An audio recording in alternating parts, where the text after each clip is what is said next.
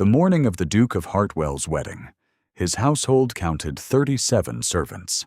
By the evening before, it counted 36. No one noticed at first. The kitchens had been in a kind of beautiful chaos for 4 days, with crates of hothouse flowers arriving from London, silver polished to a painful shine, linens draped and pinned and draped again. There were extra footmen hired from the village and 2 dressers brought in from Bath for the convenience of Lady Cecily Prentice, who would become the Duchess of Hartwell at 11 o'clock the following morning. A single maid going quietly from a household of 37 might as well have been a sparrow lifting from a murmuration. Her name was Nora Vane. She had been at Hartwell Park for 3 years, and in that time she had become the sort of servant the house ran on without knowing it. The one who banked the fires before anyone else was awake, who left a cup of warm milk outside the nursery door when the young ward, Master Edmund, could not sleep, who straightened the books in his Grace's private study without being asked and without disturbing a single one. She had a face that the season's visitors did not notice, and a pair of hands that never stopped working. The housekeeper, Mrs. Alderton, called her capable. The footmen, who considered themselves above her in a way that made no real sense, called her invisible. The rest of the household had not yet decided what to call her, which is to say they had not thought about her enough to call her anything at all. The Duke of Hartwell noticed her on a Tuesday in October, 2 years and 4 months before his wedding day. He had come down to his study at an hour when no one expected him, carrying a letter he did not want to read, and a particular kind of exhaustion in his face that was not tiredness, but something older. The study had been closed the day before to allow the under-housemaid to clean it, and it had been locked since. He had the key. What he found when he turned the latch was his study in better order than it had been in 18 months, and a young woman in a plain gray dress standing with one hand on his desk, straightening a stack of correspondence she had clearly just arranged by the faint visible dates on their corners. She did not flee. That was the first thing he noticed. She looked up at him with dark gray eyes, and the expression of someone who had done nothing wrong and knew it. And she said, "I beg your pardon, Your Grace. Mrs. Alderton asked me to see to the room. I will finish and leave you." She finished. She left. He stood at the window for a long time afterward, holding the unread letter. If there is such a thing as a story that begins in the wrong season, this was one of them. Because the story did not end there, on a Tuesday in October. It accumulated, the way certain things accumulate when no one is watching. A dropped word, a weight carried, a small act of kindness that costs more than it appears to cost. The truth was this: the Duke of Hartwell was a man who had learned not to be seen seeing. His name was James Aldrich Vane. He had held the dukedom for 6 years since his father's death, and he held it with the particular gravity of a man who had been told since childhood that the title required everything and offered nothing except the right to be obeyed. He was 34 years old and square-shouldered and had eyes the color of deep water. And there was a line between his brows that had been there so long it had become a feature rather than an expression. He had been engaged to Lady Cecily Prentice for 11 months, arranged by his mother's intervention and by the careful calculus of 2 great houses whose fortunes had grown adjacent over 2 generations. Lady Cecily was 22, accomplished, correct, and entirely indifferent to him. He to her. It was considered a fine match.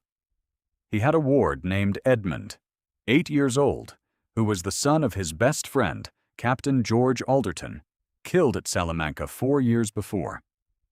Edmund did not speak easily. He drew instead detailed small pictures on any paper he could find, and he had a habit of sitting very still in rooms where he thought no one would come, which is how he had discovered the study and its nightly visitor long before his guardian had. "She puts the books back exactly right," Edmund told him once, without preamble, in the way of children who have decided a thing is simply true. The Duke had not replied. He had paid attention after that. If you have ever watched someone who believes themselves alone, you know the particular quality of that attention. It is not performance, and not posture, and not the careful face a person wears in the presence of anyone whose opinion can hurt them. You see the real thing in those unobserved moments, the turn of the head, the small satisfaction at a room put right, the quick unhardening of a face that is used to being hard. He watched Nora Vane over the following weeks without understanding why it should matter to him. He told himself it was something like a steward's attention to a reliable member of staff. That was a lie, and he was not a man who lied well, even to himself. The household had a name for her by then. He overheard it on a Thursday morning in November, from the upper parlor where he had stopped to look at a repair needed on the plaster cornice, through a door left ajar to the passage below. "The little gray ghost," said one of the hired footmen to another. "Always at the edges, never in the way. Past her prime for her station, if you ask me. 3 years here and still in the lower household." There was a sound that might have been agreement, then footsteps and silence. He had stood very still with his hand on the windowsill and felt something he could not name and did not try to. It should be said that Nora Vane knew her situation precisely. She was 24 years old and the daughter of a schoolmaster who had died when she was 17, leaving her a small annuity that would have made a comfortable spinster's life and nothing beyond that. She had taken service at Hartwell Park not from necessity, but from the same quality that made her straighten other people's books, a need to be useful in a way that was legible to her, structured, good. She was not unhappy. She was not happy in the way the word is used carelessly. She was steady, and in steadiness she had found a kind of dignity the season's dismissals could not entirely reach. She did not permit herself to think about the Duke of Hartwell. She had seen the way men of his station moved through rooms with the assurance of people whose presence rearranged the furniture of every space they entered, whose attention, even when it did not intend to be, was a kind of gravity. She had stood at the edge of enough drawing rooms to know that that gravity did not belong to her and was not meant for her, and she was too proud and too sensible to mistake ordinary notice for anything else. What she did permit herself was the study. She went on Tuesday evenings, after the household had settled and the fires had been banked, because the room needed attention that it was not getting, and because there was a particular satisfaction in making a thing right that no one had asked you to make right. The correspondence she arranged by date. The books she returned in the order he had left them in, so that the system was his, and she was only restoring what time had disturbed. She did not linger. She did not read the letters on the desk. Once she found a miniature face-down on the mantelpiece. She left it as it was.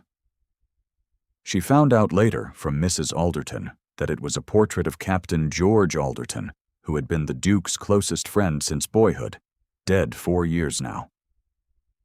Mrs. Alderton said this in the tone of someone reporting a fact of the household's architecture. The east wing fireplace smokes in a north wind. There is a weakness in the back staircase 3rd step, and His Grace has not looked at George Alderton's face since the letter came from Spain. She said it and moved on, and Nora stored it in the place where she kept things that mattered without her permission. The engagement was announced in January.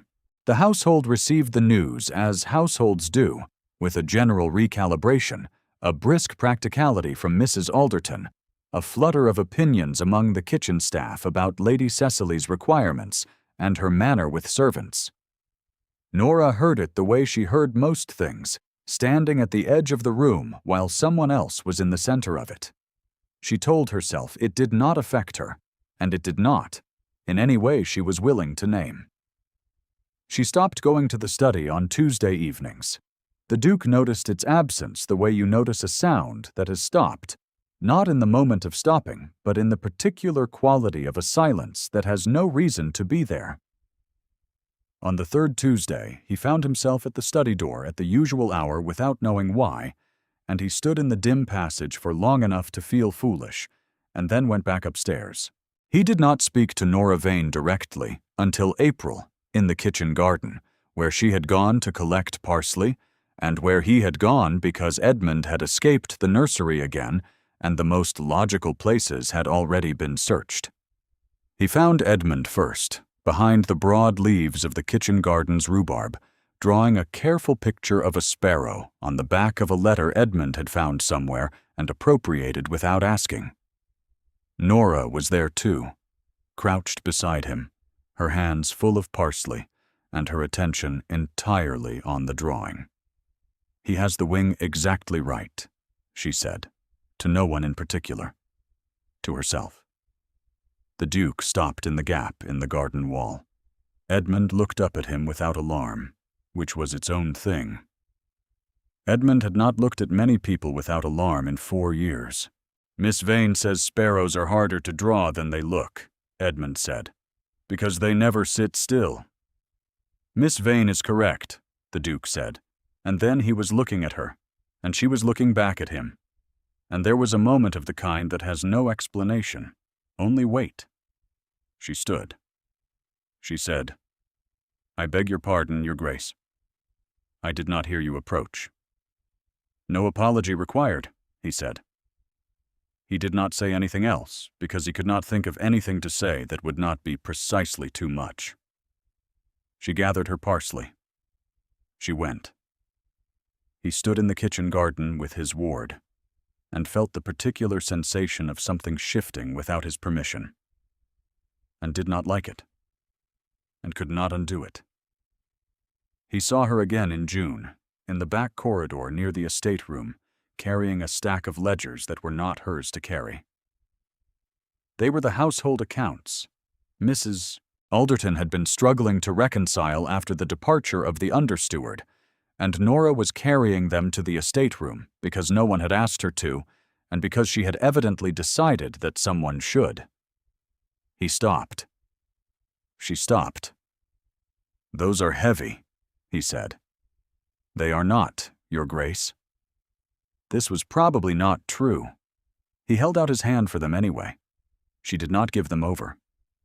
She looked at him with the composed expression of someone who had decided how this particular category of exchange was supposed to work, and who did not intend to revise the decision simply because the other party was a duke. "Mrs. Alderton needs the July figures reconciled before the week is out," she said. "If Your Grace would prefer to take them, I will, of course, defer." He had the very clear sensation that she knew he did not know where the estate room was at this precise moment, because he had not been in it in 14 months, and that she was not saying so, and that her not saying so was itself a form of courtesy that cost her something. "Continue," he said. She continued. He did not move immediately. He stood in the back corridor for a moment longer, listening to her footsteps recede on the stone floor, and he thought about the kind of person who carries ledgers that are not hers to carry simply because they need carrying, and he thought about the line between usefulness and loneliness, and he did not resolve the thought because there was no comfortable resolution to it. He went back to his study. He did not look at the miniature. This would be a convenient place to say that everything happened simply after that. The machinery of a great house and a great engagement does not simplify for private feeling. Lady Cecily Prentice arrived in June with her mother, the formidable Mrs. Prentice, who was not a dowager, but performed the function with equal facility. And the house reorganized itself around them. Lady Cecily was beautiful in the particular way of a woman who has been told so often enough that she has come to wear her beauty like a coat of arms, present, legible, and a little distant. She was not unkind.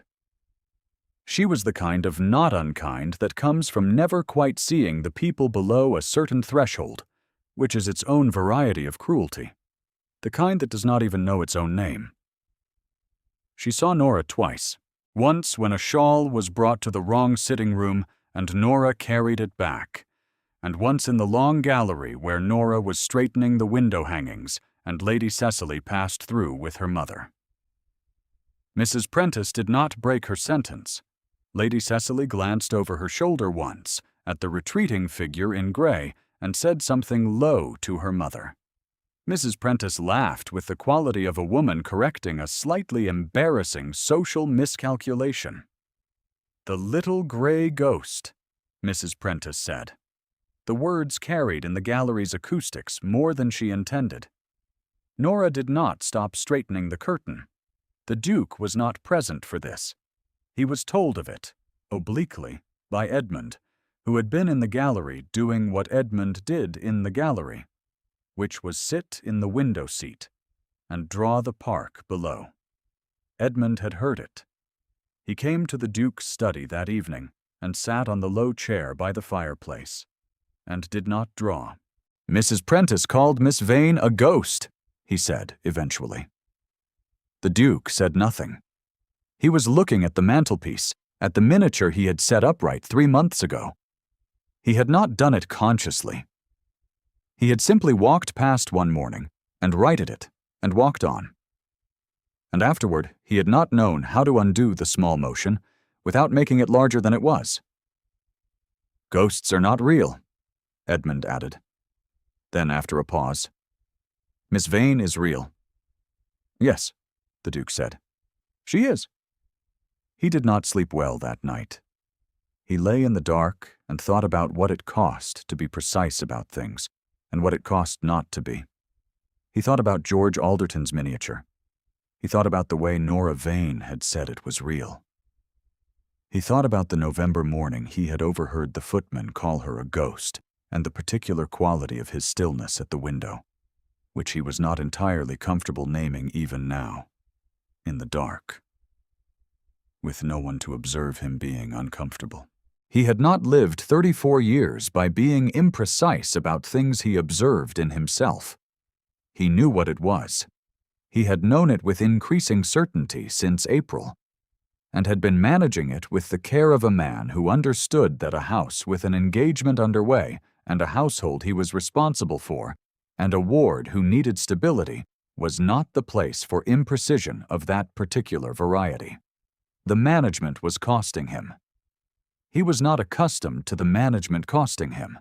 The next morning he came downstairs earlier than usual and found Nora in the long gallery, changing the candles in the sconces near the east windows, standing on the second step of the library ladder, her arms raised. The morning light came through the east glass and caught the side of her face.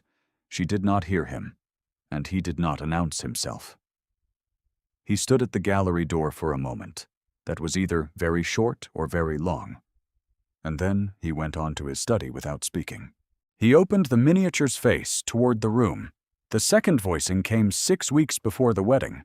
At the dinner, the Duke's mother, Elspeth, Dowager Duchess of Hartwell, gave for the county's principal families.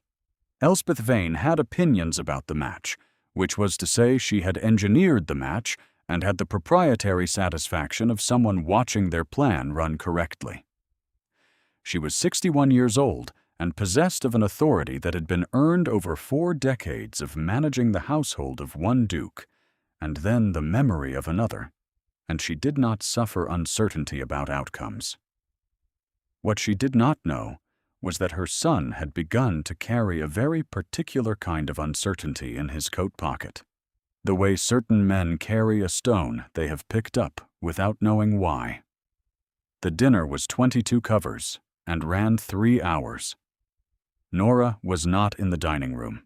She was, with 3 other maids, in the back passage coordinating the remove of dishes and the delivery of the 4th course from the kitchen, which was a task requiring exact timing and the quiet authority of someone who knew where every dish was supposed to be at every moment. She did not hear what Lady Cecily said to Miss Rowena Blaine, who was seated on her left, and who was the daughter of the county's most prominent solicitor, and thus the ideal audience for a confidence.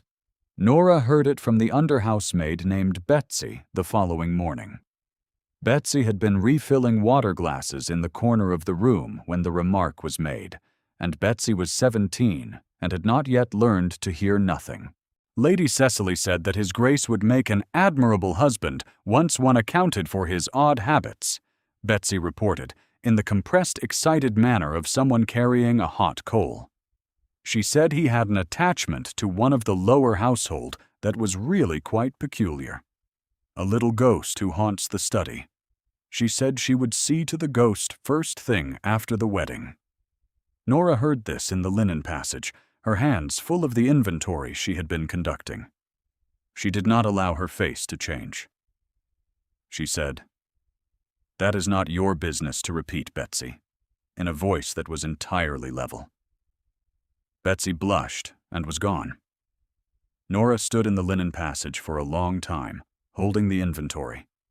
She was honest with herself. That was the quality she had inherited from her father, along with the small annuity and the wooden trunk and a thoroughgoing distaste for pretending.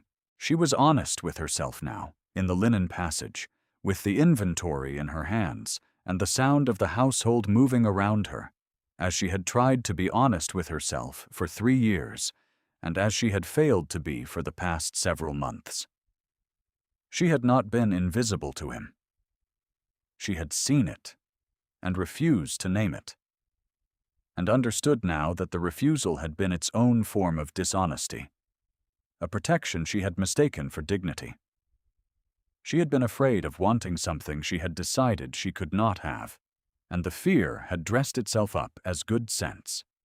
What Lady Cecily had said was not wrong, exactly. There was something between them. What Lady Cecily had wrong was only the character of it, the name she had used, the dismissal she had worn so lightly, the certainty that a ghost was a problem to be solved rather than a person whose presence in the house meant something. Nora finished the inventory and went on with her day. Something had shifted. She understood now with a clarity she had been protecting herself from. She had become a problem in a household where she had only ever tried to be useful, and the solving of that problem would come from a direction she could not deflect, and in a form she would have no power to answer. Not because she had done anything wrong, because she had been seen, and the seeing had been noted, and the noting had become a social fact as immovable as the entail itself. She began, quietly, to make plans. She did not make them quickly. She made them the way she did everything, methodically, without drama, with a complete honesty about what she actually had. She had the small annuity. She had 3 years of references she had not asked for, because Mrs. Alderton was not a woman who withheld what was owed. She had a letter from her father's old colleague, a schoolmaster in Derbyshire, who had once said in passing that his girls' school needed a capable woman for needlework and household instruction, if ever she found herself at liberty. She wrote to the schoolmaster in Derbyshire. The letter was sent on a Wednesday. The wedding was on Saturday. The house in those final days had the quality of a thing completing itself. The flowers had arrived from London, 30 crates of them, filling the east wing with the green smell of hothouse roses. The kitchen had been running at double capacity since Monday. The drawing room where the ceremony would take place had been stripped and refurnished with borrowed chairs in neat pale rows, and the window hangings had been replaced with cream silk that caught the morning light and turned it into something almost ceremonial. Nora moved through it all on her ordinary rounds, and felt the distance between herself and it the way you feel a door that is already closed, not locked, not barred, simply no longer opened from your side.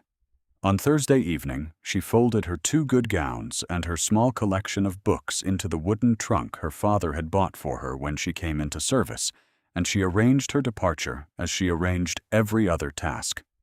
Precisely, without sentimentality, without leaving anything undone behind her.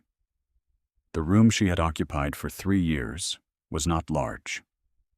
It had taken her approximately 20 minutes to accumulate everything in it, and it took her less to pack it away. She sat on the edge of the stripped bed afterward and looked at the wall where she had pinned a small map of Derbyshire the schoolmaster had sent as an enclosure years ago, and she took it down and folded it carefully and put it in her pocket. She wrote a letter of resignation to Mrs. Alderton, to be delivered Friday morning. She wrote a second letter, which she did not address to anyone, and which she burned over her candle. She left before the household was awake. She did not see Edmund. She had thought about this more than she had thought about anything else, and she had decided that a note would serve better than a farewell, because farewells asked things of children that were not fair to ask. She left the note under the door of the schoolroom, a drawing she had made herself, carefully, of a sparrow sitting on a branch, wing angles exact, and at the bottom in small letters, for Edmund, who drew it first, and will draw better ones. She took the early carrier's cart from the village, and was gone. The Duke of Hartwell was told of her departure at 7 in the morning by Mrs. Alderton, who delivered the news with the care of someone who understood it was significant and did not understand why she understood that. He had been standing at his study window with his first cup of coffee, looking at the kitchen garden, which was wet with the early rain. He stood very still for a moment. Then he set down the cup. Mrs. Alderton said, "I believe she has gone to Derbyshire, Your Grace.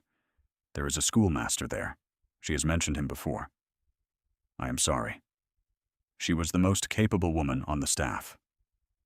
He said, "Yes, she was." He picked up the cup again. Mrs. Alderton waited.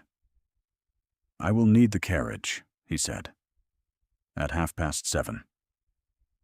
She did not ask why. She was a housekeeper of 30 years' experience, and she knew the face of a man who had decided something. The Duke of Hartwell was a man who had learned, over a long and careful life, that precision mattered more than speed. He had learned it in the management of the estate, and in the management of grief, and in the management of the particular loneliness of a title that requires everything and returns nothing.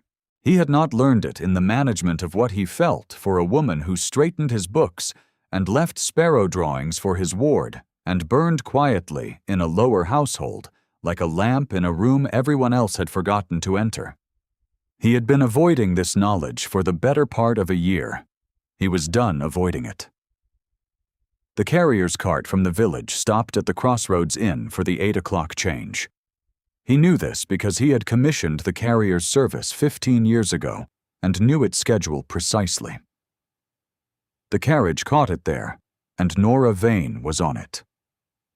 Her trunk beside her on the bench, her hands folded in her lap, and her gray eyes already arranged toward Derbyshire. She saw the carriage. She would have recognized the Hartwell crest at 100 yards. She did not get off the cart. The Duke descended from the carriage. He walked to the cart without haste, without performance, without the quality of urgency that would have made the other passengers on the carrier look away. He was simply a large man in a dark coat crossing a muddy inn yard toward a woman sitting on a bench. And he stopped when he reached her. And the rain had started again very lightly, and neither of them spoke for a moment. "You are leaving," he said. This was not a question. "Yes, Your Grace," she said. "You left before the wedding." "Yes." He looked at her for a long moment. Then he said, "Edmund found the sparrow this morning. He has not said anything, but he has carried it since he woke." Something moved in her face that she could not prevent. She said, "I did not want to say goodbye to him directly. It seemed unkind." "It was not unkind," he said. "It was the most careful thing you could have done for him." He paused. "It is the most careful thing I have ever watched you do for anyone." She looked at him, looked at, The other passengers on the carrier's cart were performing a studious and unconvincing indifference. "Nora," he said. It was the first time. She knew it was the first time. Her name and his voice had a weight she had not prepared for, and the weight landed in her chest the way something does when it finds the exact space that was waiting for it. "You must return to the house," she said. "Lady Cecily will be arriving this morning. There is a great deal to prepare." "I am aware of what is in my house," he said. "And what is not in it." She looked at him steadily. "Your Grace, I am a maid in your employ. I am leaving your employ. There is nothing more to say than that." "There is considerably more to say than that," he said. And for the first time she heard something under the level voice, something that was not authority, but was not unlike it, something older and more careful, and more costly. "I have been waiting for a year to say considerably more than that." She was quiet. Around them, the inn-yard smelled of rain and wet cobblestone, and the particular cold of an early English morning, and neither of them moved. She was aware, with the specific precision of a woman who had spent 3 years schooling herself not to be aware of him, of exactly how close he was standing. Close enough that she could see the line between his brows, which was not a frown, but was something like concentration. Close enough that when he breathed, she could see it. The horses at the front of the carrier's cart shifted. The inn-yard was otherwise still. Then he held out his hand. Not a demand. An offering. The particular gesture of a man who has decided to stop proceeding by elimination, and to simply ask. "Come back," he said. "Not as the maid. Come back as the woman I am asking. And if you will not, I will not follow you further, and I will not write to Derbyshire, and I will give you every reference Mrs. Alderton has written, and more besides. I am asking." The words landed in the quiet, and she felt them land. She had spent a year deciding what he was to her, a gravity she had the sense to avoid, a man she had the wisdom not to want, a situation with no outcome that did not involve her leaving quietly while she still could. She had been so careful. She had been so thoroughly prepared to be careful. She looked at his hand. His fingers were still. He did not press her. If you are still with this story, you already know what she said. Or perhaps you already know what she thought first, which is that she was not the kind of woman who made impulsive decisions, and that this was impulsive, and that her hands were trembling, and that she had not known until this precise moment how much she had wanted to be asked. She looked at his hand. Then she looked at his face. She took his hand. The wedding did not happen on Saturday. The announcement was made by the Duke at Hartwell Park on Friday morning, in the great drawing room, with Lady Cecily Prentice and her mother, Mrs. Prentice, and the Duke's mother, Elspeth, the Dowager Duchess, all present, which meant that the audience was small and the witnesses were the exact people who needed most to be witnesses.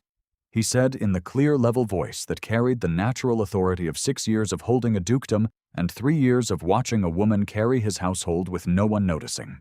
He said, "I am ending my engagement to Lady Cecily. The match was made with propriety, and I release Lady Cecily without prejudice and with my sincere respect. I will not be marrying on Saturday." Mrs. Prentice said, "This is outrageous," in a tone of controlled fury that was entirely correct for the occasion. The room absorbed this. The morning light came through the drawing room's tall windows and fell in long, pale rectangles across the pale carpet, and it found, as morning light will, the precise differences between the people in the room. Lady Cecily's cream silk gown and her composed hands in her lap, Mrs. Prentice's jeweled brooch and her color rising, and Nora in a plain dark dress at the back of the room, her hands loose at her sides, her gray eyes on the Duke, her face entirely still. She had not known he meant to do this today. He had asked her to be present, only that, and she had come, and she understood now why. Not because he wanted a witness, but because he wanted her to know, without any possibility of doubt, that this was chosen and not accidental, that he had weighed it in the full light of the room and all the people in it, and had chosen it anyway. She felt the weight of this the way she had felt his hand that morning. Exactly. Elspeth, the Dowager Duchess, said nothing. She looked at her son with an expression that had several layers and that the room could not read. Nora standing at the back of the room because the Duke had asked her to stand there, and she had complied because she understood what was being built and had decided to trust it. Watched the Dowager's face. Lady Cecily said nothing at all. She sat very still, and after a moment something that might have been relief crossed her face, gone as quickly as it arrived. The Duke said, "I intend to marry Miss Nora Vane, who has served in this household for 3 years, and who is a gentleman's daughter, and a woman of the kind of character this house has needed for some time. I am informing you all now, as I intend to inform the county, so that there is no ambiguity about my intention, and so that there is no social calculation that presents itself to anyone in this room as a reason to treat her with anything less than the regard her position will require." Mrs. Prentice said something further about outrage. Nobody heard what it was. The sentence had a quality of finality that a longer speech would have diluted, and the room understood it. Elspeth, the Dowager Duchess of Hartwell, stood. She crossed the room with the measured pace of a woman who has managed consequences for 40 years and does not hurry them. She stopped in front of Nora. Nora met her eyes.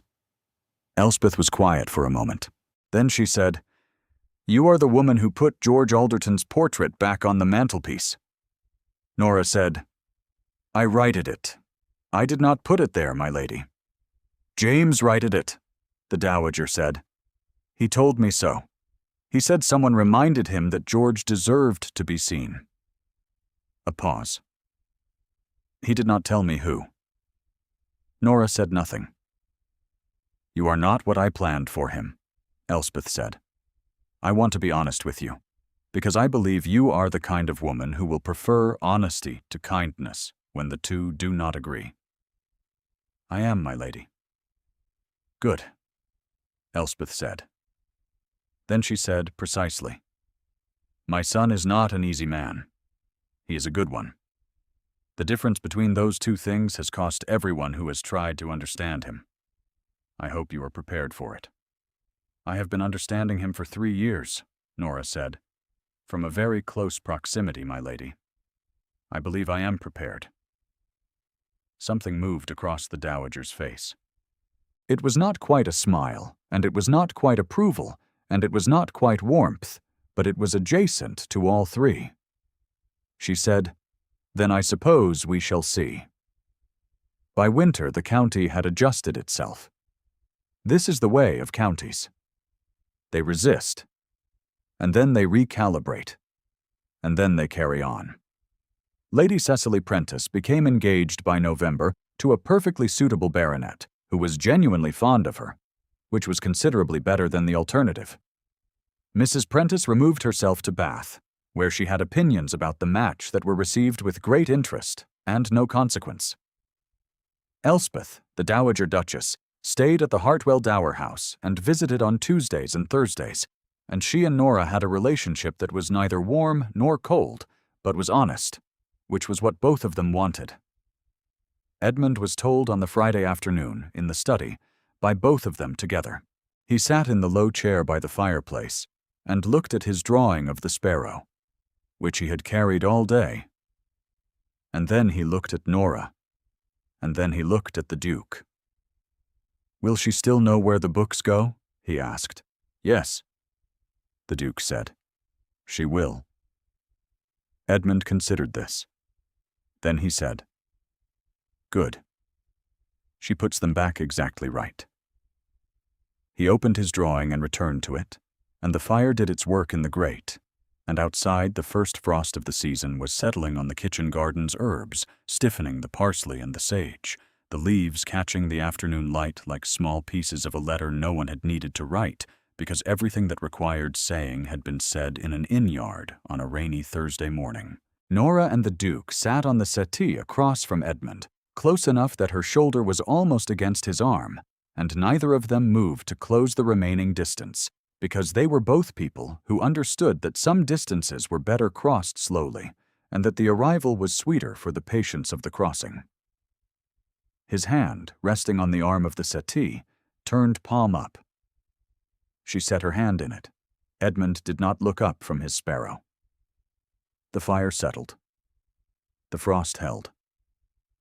It was the kind of ending that did not announce itself, that arrived the way the best things tend to arrive, quietly, in a room that had been ready for it far longer than any of its occupants had been willing to admit. If you found yourself at the edge of that room, staying past the moment you meant to leave, then you already understood it. If you have ever been the one at the edges, the steady one, the capable one, the one the room forgot to name, then you understood it from the very beginning. She was the woman the household ran on and never noticed. He was the man who noticed. That was, in the end, the whole of it. And it was enough.